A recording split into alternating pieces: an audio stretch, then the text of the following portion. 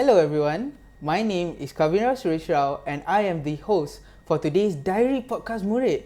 And joining me here today is none other than our icon generasi Madani STEM Johor 2024, Chua Yijia of SMK Sultan Ismail Johor Bahru. Hi everyone, and I'm truly honored to be here today. So thank you for hosting this podcast with me, and I'm really excited. So thank you, Kavin. I am Chua Hijia, and I'm currently a Form 5 student in SMK Sultan Ismail Johor Bahru. Alright, thank you Chua.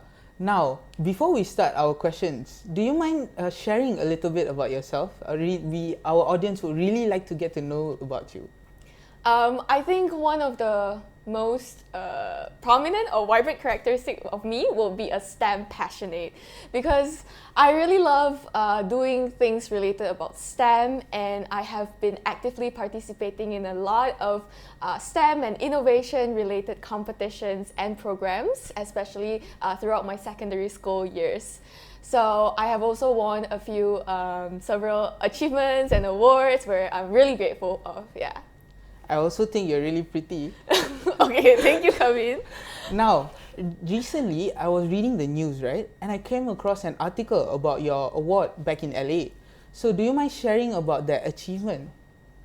Oh, that was in 2024 for LA. I have participated in the Regeneron International Science and Engineering Fair 2024. Before that, I would Malaysian students will have to compete in the national level, where I participated in Pertandingan Inovasi Sains, Kejuruteraan dan Teknologi PISTEC in 2024, where I won a champion, which qualified me to the ISEF 2024 in LA. And ISEF, it's the world's largest pre-college science fair. Almost like 80 countries will have their representatives from all around the world. They just fly to US to compete and showcase their research ideas. For me, I have developed a project which is related to natural larvicide and using mangosteen pericarp and lime leaves extracts to combat the issue of the rising cases of dengue and Aedes aegypti transmission.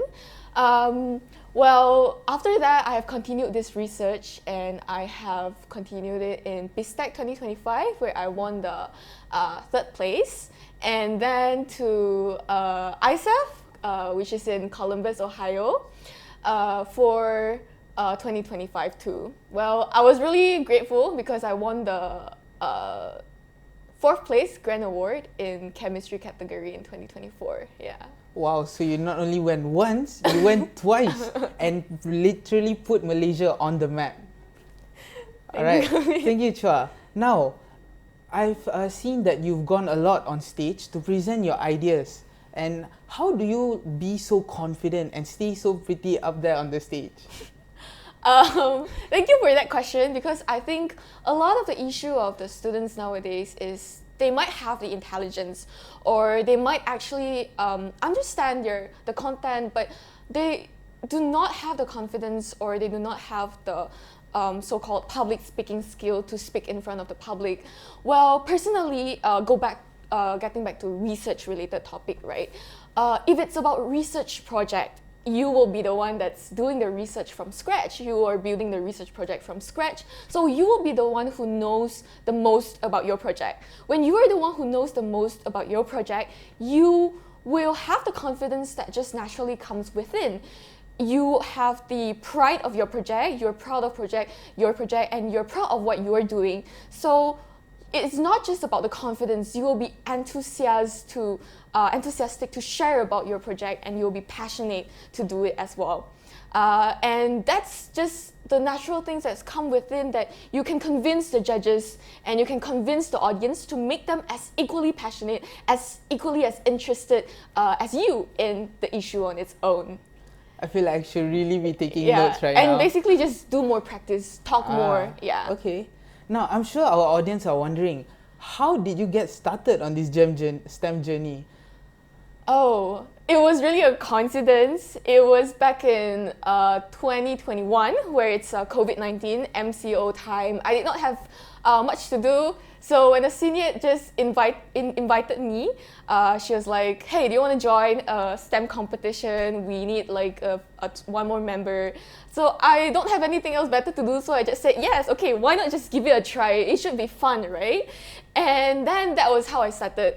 That was the first STEM competition ever, and I just slowly developed interest in the STEM and innovation, like the way you just identify problems, you just come up with ideas, and then you're trying to find ways to tackle that issue in your own way, in an innovative way, in something that someone has not done before, or just something to improve on what the current solutions are. And that's just really like a really fascinating thing, a really interesting process, I would say. Yeah. I see. I really see. Now, I would like to know, what is your ambition? My ambition? That's a really good question. Now we're from 5, right? Yeah. My ambition, I would say, is to become a chemical engineer. Whoa. Yeah, because first of all, I'm really interested in the field of chemistry, especially chemistry and also physics. So I think engineering would be a really nice thing to do for me, which suits my interest. And yeah, so I'm really looking forward, and I hope after 5 years or so, when I'm looking at this video, I'll be I'll be happy that I'm doing something that I would want. Yeah, true. I would also like to know, why do you think STEM is important? Because I see students, they are really interested, but then they're really struggling to get into it. What really got you into it, and why do you think it's important that we participate in these STEM competitions? Yeah, that's a really nice question. STEM right now, I think, has evolved to become the main focus of our, not just our country, but also globally. And a lot of people are actually shifting their focus to STEM because it is just playing a huge role in your life. And now, especially focusing on the technology part, where now artificial intelligence and all those things are just technology and STEM related. So when students are, for example, it's not just about when aligning with this kind of global evolvement, it also creates a really huge supply for you to, a really huge demand for you to supply into the job, whether it's career, whether it's just basically the global interests have now shifted into that. So in that case, students nowadays also aligning with our education's development and our education's scope, we're also focusing a lot on STEM especially.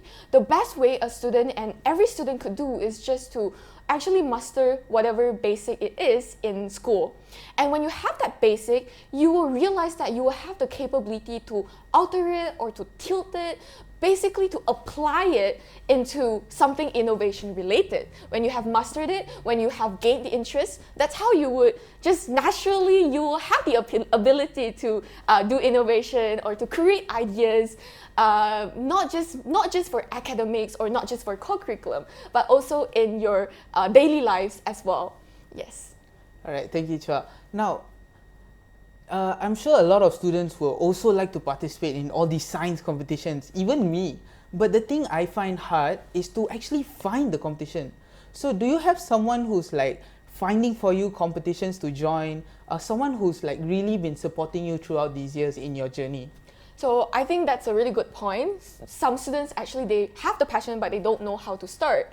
One of the best approach, I think, is to approach your school teachers. For example, your science teachers, your biology teacher, like the teachers that teach science subject. They will have information about competitions and programs that you will be available to join. And you can also try asking, for example, penolong kanan co-curriculum in school, and they will also have opportunities for you to go for it.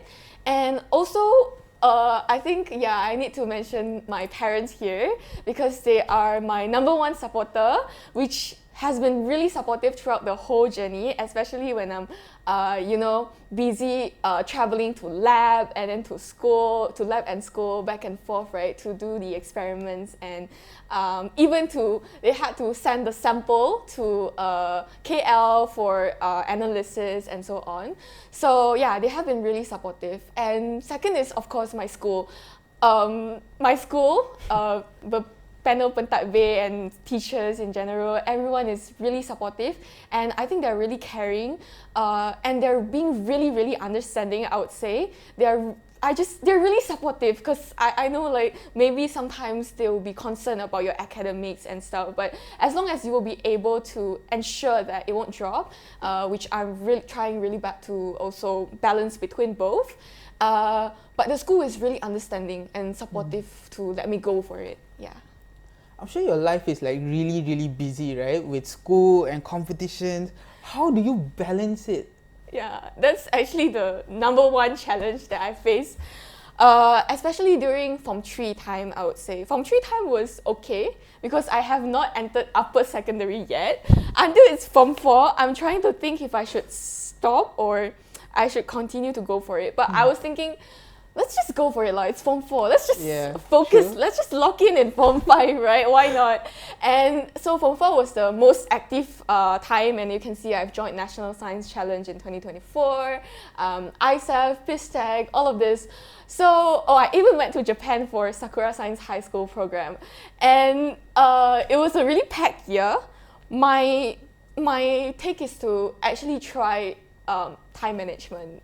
Actually try. That's the only way, because you know that you have limited energy, you have limited time, and you cannot actually, like, grab everything all at once. So I try to settle one thing by once and just don't procrastinate. I'm trying really bad to not procrastinate, but I know you see me procrastinate, but I'm trying not to. And luckily it worked out in the end, yeah, because we just finished our trials. Yeah, true. Yeah, and then Form 5 time is just focus a lot on studies. So I think every student, they should try as best to start as early as possible. Try in Form 1, Form 3, Form 2. In your lower secondary time, that's the time that you can, gain experience and understand how the systems of the whole thing works. How does innovation work? What is required? And then in Form 4 time, you will have the basic skills acquired. And then you will have the biology, chemistry, physics related knowledge, which will also elevate your product of the innovation better in another level.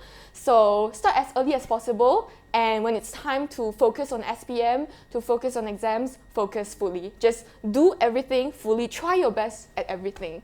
Yeah, and I think God will plan it out for you.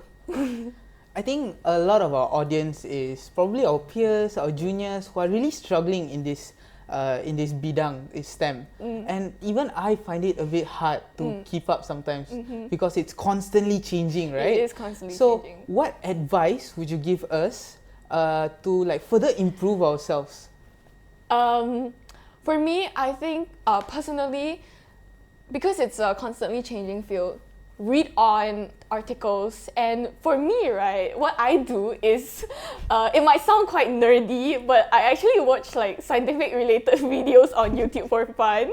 Like, when we're eating, right, sometimes we watch like K-drama, or sometimes we just watch some funny videos, but I find science video as entertaining. So I just watch science videos, and then, it's very funny that they'll have like the updates and stuff. And a lot of YouTubers out there, they actually have like quite funny, or like they can say it in a very entertaining way. So science is not just about boring jargons or boring knowledge of scientific principles. It could be fun, and just I watch that to keep myself like updated about the industry and about the STEM related field, basically. Do you have like a YouTuber you can recommend to us? Maybe someone you maybe find inspiring? I think there are a lot, but the one that I like the most is actually a Chinese YouTuber. It's called the CEO of Talking on His Own, basically in Chinese, but yeah, yeah. But there are a lot of more interesting ones out there as well. All right. I think that's it for today. Thank you everyone for joining on our conversation and joining on this podcast. I really hope you had a fun time as much as I did talking to Chua Yi Jia over here, one of the greatest minds in our school probably. And thank you so much for joining us today. Thank you so much, Kabin. So my last word is to start early and just be confident and have fun in STEM. Yeah.